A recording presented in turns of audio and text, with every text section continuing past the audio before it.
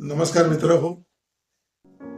आतापर्यंत प्रेम कविता, विरह कविता, वात्रटिका अशा बऱ्याच विषयावरच्या कविता मी सादर केलेल्या आहेत. आपल्याकडून बऱ्याच लोकांचं प्रोत्साहन मिळालं, आनंद वाटला, म्हणून ही पुढची हिंमत होते कविता सादर करण्याची.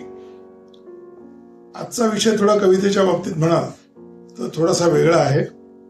आपल्या देशात ज्या काही घडामोडी घडतात त्याच्यापासून कुणीही अलिप्त राहू शकत नाही. बरेच जण त्याबद्दल प्रतिक्रिया देतात, काही लिहितात, खास करून लेखक, कवी लिहितात. सामान्य माणूस कदाचित लिहू शकत नसेल, माहित नाही. आम्ही तसे सामान्यच आहोत, परंतु आपल्या भावना कुठेतरी व्यक्त कराव्याशा वाटतात, म्हणून कविता हे माध्यम किंवा लिखाण हे माध्यम हे जवळच वाटतं. अशीच एक सध्याच्या घडामोडीवर भाष्य करणारी कविता आहे. अपेक्षा करतो की ही तुमच्या आमच्या मनातली खंत वाटेल एवढी कविता आहे. कवितेचं शीर्षक आहे देश माझा. आतापर्यंत या विषयावर तशा बऱ्याच कविता लिहिल्या गेल्या असतील, लिहिलेल्या आहेत, पण मला वाटलं की आपण याच नावाने वेगळी कविता लिहू शकतो, म्हणून मी लिहिलेली आहे. कवितेची सुरुवात अशी आहे. विखुरला गेला की विकला गेलाय देश माझा. विखुरला गेलाय की विकला गेलाय देश माझा. नक्की काही कळत नाही. विखुरला गेलाय की विकला गेलाय देश माझा. नक्की काही कळत नाही. कधी नेते पुढाऱ्यांच्या हाती, कधी नेते आणि पुढाऱ्यांच्या हाती, कधी व्यापाऱ्यांच्या हाती. आणि जाती धर्माच्या वेठीला कधीचाच बांधला गेलाय देश माझा. आणि जाती धर्माच्या वेठीला कधीचाच बांधला गेलाय देश माझा. विखुरला गेलाय की विकला गेलाय देश माझा.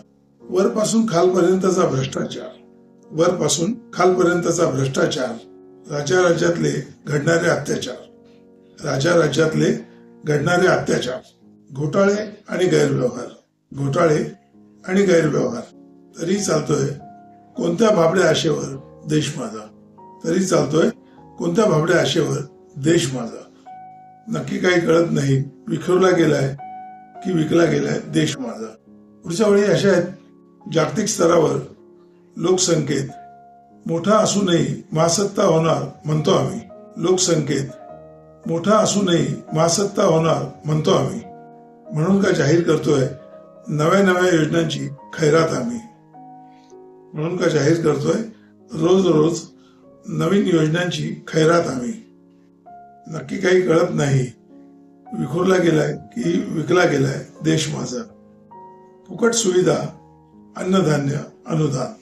फुकट सुविधा, अन्नधान्य, अनुदान. घर बसल्या जर मिळतात पोटाला, घर बसल्या जर मिळतात पोटाला. धीट होतो प्रत्येक जण आपल्या कक्षेत. मग हवेत कशाला कष्ट, काम कुणाला.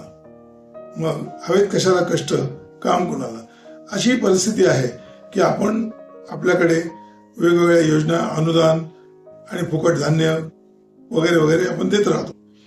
आणि या सगळ्यामुळे लोकांना वाटतं की आपलं काम सुरू आहे, आपल्याला कामधाम करायची आवश्यकता नाही. परंतु हे विसरलं जातं की या सगळ्या गोष्टींमुळे आमची क्रय शक्ती, काम करण्याची शक्ती, वैचारिक पातळी ती कमी होत जाते आणि आम्ही एका बाजूला कमजोर होत जातो आणि देश पोखरला जातो. या गोष्टीचा विचार करायला हवा. त्यासाठी पुढच्या वेळी अशा आहेत. 500ची नोट, 500ची नोट, क्वार्टर, भांडी आणि साड्या 5 वर्षाकरता टिकतात आम्हाला. 5 वर्षाकरता टिकतात आम्हाला. मोकळे पुन्हा मतदानाच्या रांगेत उभे राहा. सर्वसामान्यांची ही परिस्थिती आहे आणि अशा प्रकारे मत देणाऱ्यांची परिस्थिती आहे. 500ची नोट, क्वार्टर, भांडी आणि साड्या 5 वर्षाकरता टिकतात आम्हाला. मोकळे पुन्हा मतदानाच्या रांगेत जायला. मोकळे पुन्हा मतदानाच्या रांगेत जायला. अशीच लोकशाही का काय ती, अशीच लोकशाही की काय ती हवी. अशीच लोकशाही की काय ती हवी. आंधळ्या प्रजेला मग उजेड हवा कशाला. आंधळ्या प्रजेला मग उजेड हवा कशाला. अशी दयनीय अवस्था आहे आपल्याकडची. म्हणून पुन्हा मला असं वाटतं, विखुरला गेलाय की विकला गेलाय देश माझा. विखुरला गेलाय की विकला गेलाय देश माझा. आशा करतो आपल्याला ही कविता भावली असेल. तुमच्या मनातली खदखद वगैरे कदाचित व्यक्त झाली असेल माझ्याकडून. तर कवितेला लाईक करा, शेअर करा आणि चॅनलला सबस्क्राईब करा ही विनंती. धन्यवाद.